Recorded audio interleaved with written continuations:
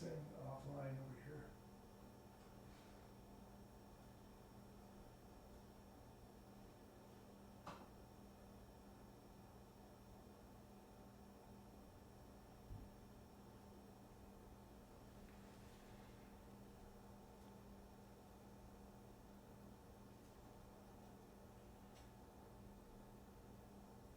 Do you want to look at this?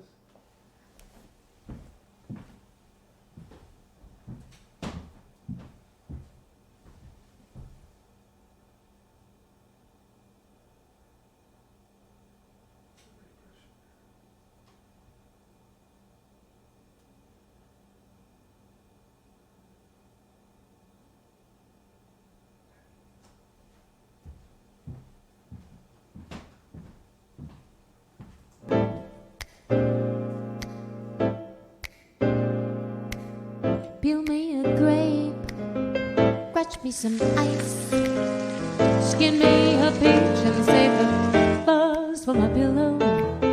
Poach me a prawn, talk to me nice, you got to wine me. Anytime I'm getting hungry, peel me a grape. Well, hello there, Cooking Club members. Thank you for being here. I hope we're not having any technical difficulties right now, but we're having a few blips. Can you start this for me, please? So thank you for being here. I thought it was time to add a new cookie recipe into our club recipe repertoire, and this one is a favorite. Chinese almond cookies probably don't get the same level of respect as a Chinese fortune cookie, but in my mind, as a cookie, I think Chinese almond cookies are better cookies. They may not predict your future, but they can, they taste better, and I think that your traditional fortune cookies kind of taste like sweet cardboard. These cookies do have a spiritual element, though. The single almond on top of the cookie signifies luck, and they are thought to have originated in the Ming Dynasty in the 16th century in China, where they probably were actually a version of a walnut cookie. So we are going to start with a cup and a quarter of packed, and that's important, packed almond flour, and here that is. And I should mention, by the way, that we have chat up, and if you wanted to ask a question, please put it in the chat and say hello. And Mark is over there running all of the tech, and as I said, we did have a little problem with the internet earlier today. Just kind of went away for a while, but I think it's back now. So there's my cup and a quarter of almond flour. And then I've got here a full cup, which is 2 sticks of salted butter. So we're not adding any salt into this recipe because it already has salt in this butter. And I'll just use this to kind of push that. Well, let's use this to push that in. This is right out of the fridge. So it's going to take a few minutes for this to actually work in. The temperature of the butter is kind of important in this cookie. So, and you'll see when we actually chill the dough down, it chills for a full 2 hours. And the reason for that is we want them to bake properly. Okay, so let's just turn this on low. Can you see this okay, Mark? Are you going to go overhead on it at all? Yeah. Okay, great. And that's just mixing nicely at a low speed. While that's going on, I'm going to crack a couple of eggs. 1 egg is going to go into the dough, and the other egg is actually going to be used as a glaze. But I'm cracking both into separate bowls because I don't want eggshell in my cookie dough, and so this is a good way to know that I won't have any because these are kind of coming apart funny here, so that's a good thing that I'm doing that. We're all right. Okay. Just wipe off my hands. Okay, and then I'm going to get a fork here and beat this one up. This is for the glaze, so we'll get that done now. Oh, and this is going pretty well here. Let me just stop that for a second. Oh, I see a little something in my egg. Let me get rid of that. See, this is another reason to do this. Sometimes there'll be a little, I'm not sure what that is, but I really don't want it in my cookies, so I got rid of that. And if I would have cracked that directly into the cookie dough, I never would have seen it. Okay, let me set that aside, and I'm also going to grab a brush here.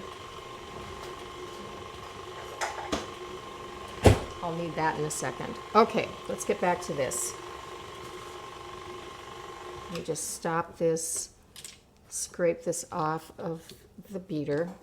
I'm using a paddle, not a wire whisk. A lot of cookie recipes start with a wire whisk and then switch you over, and I usually just go with the paddle right from the beginning because even if I'm trying to beat this up and make it fluffy, which I'm not right now, but if I were, I still would probably use the paddle so I wouldn't have to switch in the middle. It's hard to get cookie dough off of wire whisks for sure. Okay, let me just do this again for just a second here. A little more speed on it. I'm also going to need a teaspoon and a half of almond extract, which I have right here. And I'm going to just go ahead and put that in with my egg. I'll just add it in at one time.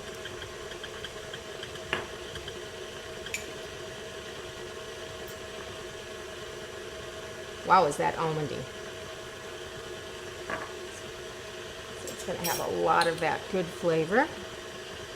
Okay, and I think this looks good. I'm going to just turn that off, and in this goes. Let that go on low for a minute.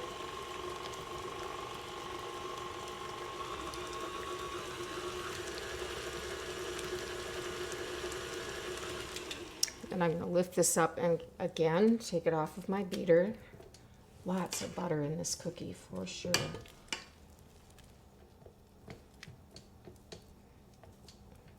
Okay, and it's going to keep doing that until I actually get this flour in, but we want to make sure we get this combined first.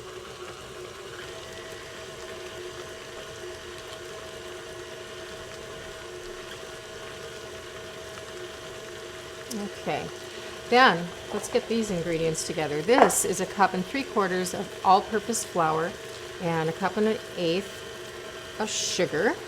And I'm using an organic sugar, which it has a sort of a brown tinge to it, and that's the reason why. And 1/2 teaspoon of baking powder. So these cookies aren't going to puff up too much, but that baking powder is going to be enough when it's activated by the liquid and the heat to give them a little puffiness to them and lightness. We'll lighten them up a little bit. I always like to mix this with a whisk so that I'm not relying on it mixing in here. Want to make sure all of it is distributed evenly. Okay, now let's just lift this up, and I'm going to put all of it in.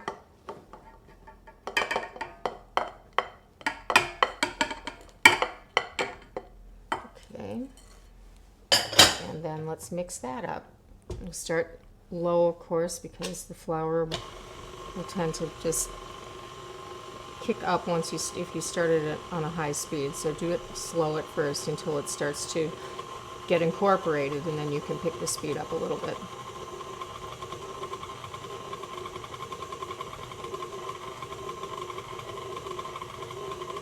Here we go.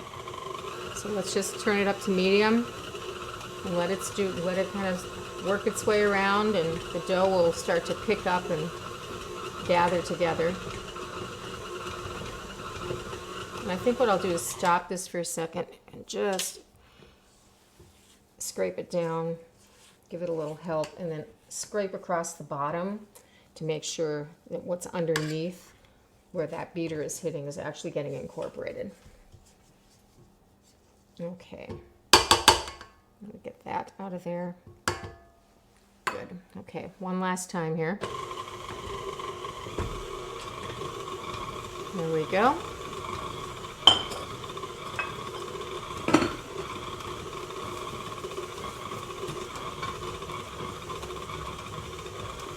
There, you see it's gathering up now. It's picking up everything on the sides and coming off pretty cleanly, and that's when you know you're ready to go. It's combined. And that's all we do. So let's turn that off, and So just push this like that. Get all of this over here. I'm going to form this into a disc, and it does need to be chilled, and I recommend 2 hours. It's a lot of dough, so you may think that seems like a long time, but it will still be, oops, somewhat soft. I can't get this off. Huh. There we go, got it. Okay.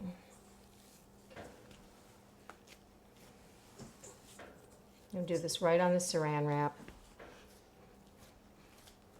And you're gonna scoop this, of course, into cookies, so you don't have to be too careful about how you form this, but you wanna wrap it up.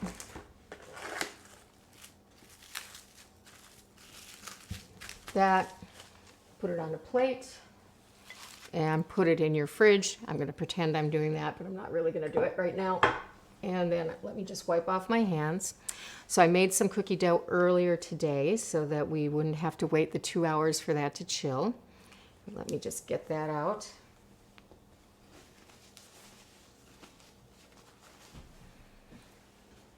There we go. So I took this out of the fridge right before we started. Still quite, it's not, you know, rock hard. So it's malleable, but it's still obviously very chilled. So what I like to do is make sure that all of my cookies look exactly the same. So the best way to do that is to use some type of a measuring device. I'm gonna wear gloves for this. I've always, and this is traditional with these cookies too, is they're not huge anyway, but I like cookies that are this size. So unless I'm making little tiny cookies, which I used to do at the restaurant all the time to give to people just like a little bite of a cookie, then I would use a teaspoon, a level teaspoon. But for most cookies, to get them to be that kind of nice coin size, I like to use a level tablespoon. And you see that scoops really nicely. So there are a lot of ways you can do this. You can do one by one. But what I like to do is kind of do the ball part of it first. And then I'm going to get them all on there. Sometimes people will just like measure, do the measuring, and then do the ball rolling. I like to kind of measure, do the balls, and then I will flatten them and put the almonds on top. These are going to, we're going to flatten them ourselves a little bit. They need a little space. They're not going to get huge, but they need a little bit of space to spread out. And one of the reasons that you want to work with cold butter and you want to chill it is if this butter were either liquefied or room temperature, this would be a very greasy dough. And that's what happens. You've had a little experience with greasy cookies, haven't you, Mark? I have. It happens. So if it's not chilled when you're doing it, the consistency of the cookie gets weird and they get literally greasy. It's just so you want to avoid that by doing all this chilling. So it takes a little time. And if you don't have a lot of time, you can always use your freezer, and then you could probably get by with maybe 20 minutes to a half an hour of chilling time, I would say. But just remember that in that initial step, you're taking that butter right out of the fridge. And what I did was, I mean, you could either cut it in the sticks and it would still be cold. I cut it earlier, put it back in the fridge until I needed it. So either way works just fine. And this is a half sheet that we've got here. And I'm going to say that we're going to get 12 cookies. And this cookie recipe makes, I think I said 54 or 55.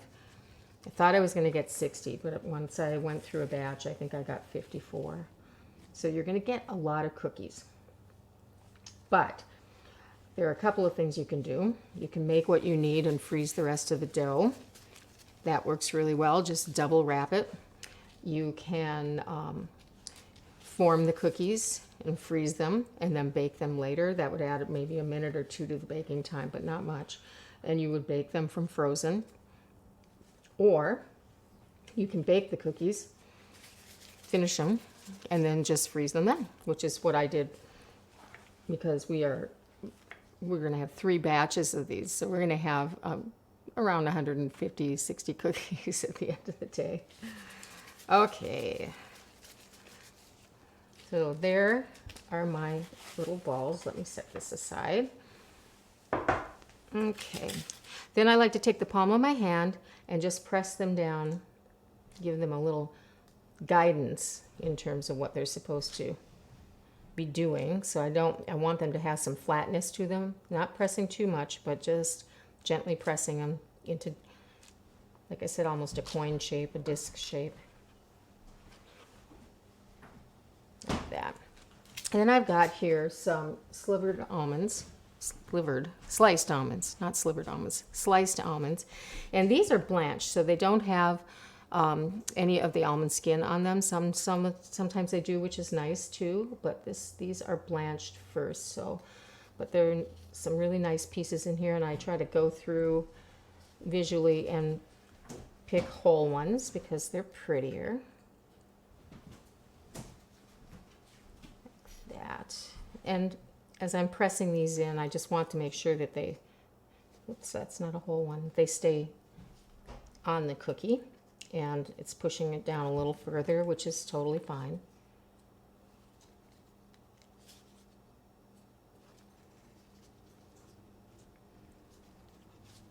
Of course, you could sort through your almonds first if you wanted to.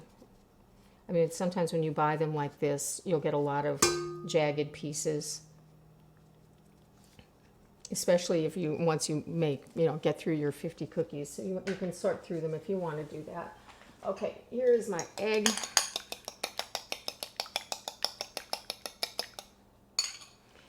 What I'm going to do with this then is just take my brush, dip it in gingerly. I just want to do a light brushing. And what this is going to do is give the top of the cookie a really almost lacquered look to it, a little bit of sheen. I'm not doing much here.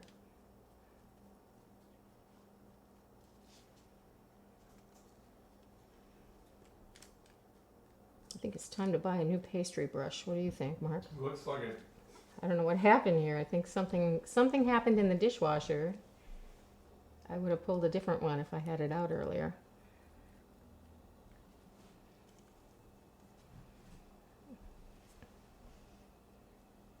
Are the silicone ones as good as the bristle ones?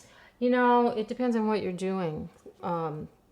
Sometimes I like them, like I like the one I have for barbecue sauce, and I have a little tiny silicone one with really fine bristles that would be perfect for this. I just happened to pull this out. But like when I'm making croissants, I use a paintbrush with bristles, literally, that I wouldn't use silicone for that. When I'm brushing flour off, then I need to have a real brush. So just depends. I think this one must have hit the heat element in the dishwasher or something. I mean, it's clean, but I think it's done. Okay, one more here. Okay, my oven is set at 325 degrees, which seems like a little low for cookies, but it's perfect for these. They cook or bake for 12 to 16 minutes, depending on your oven. And what I usually do is I set a timer for half of that time and then turn the pan around just so that they brown evenly and cook evenly, bake evenly. So that's what I will do here. So, and I know that these took 16 minutes because I've made so many of them lately.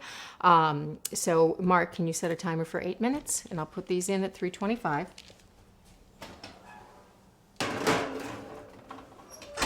And I have some already baked. So I baked these off this morning, and here they are. Aren't they pretty little guys? So these are, I'll break one of them apart. They're pretty soft cookie. Some versions of them are more shortbread-like and crumbly, but I really wanted to create a cookie that had that moistness that almond flour is so wonderful for. So that's the reason that I kind of crafted this way. Delicious cookie. Okay, any questions for me? Can you explain what is almond extract? What is almond extract? Good question. Well, it's alcohol, like all extracts. Alcohol have alcohol in them generally, alcohol and water, and bitter almond oil. Now, the weird thing about it is that oftentimes, and you can't tell this by the packaging if they list it, that sometimes they'll say almond oil, sometimes bitter almond oil, sometimes just almond. But bitter almond oil can be from stone fruit.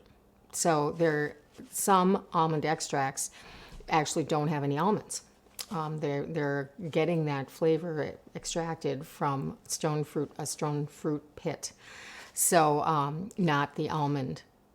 So it's a little odd, but anyway, that's the truth of it. But the way that the packaging is, you can't tell. So if you had a nut allergy, you would be able to have almond extract because it doesn't actually have any almonds in it, but you just have no way of knowing, so you can't. But if you have a stone fruit allergy, you would have no way of knowing if it was stone fruit either. So anyway, fun fact.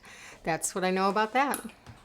Someone asked that I've seen recipes with mung bean flour. Have you ever tried that? Not for this particular cookie, but I do believe that, back in the Ming Dynasty, the recipe probably had almond flour, or as I said, I think the original version reportedly was done with walnut flour, but they weren't making white flour, so they weren't using all-purpose, and I think that was where the mung bean flour came in. But I haven't tried it in this cookie. I've tried it in other cookies, and it's a pretty strong taste, just like chickpea flour. Garbanzo bean flour it's very distinctive, and it's just not my favorite thing in a cookie. So no, I have not put it in this cookie, and I probably wouldn't. Although I would say that I find purposes for certainly chickpea flour and other flours just more on the savory side of things than the sweet. There's that. That's what I have. That's it. Okay.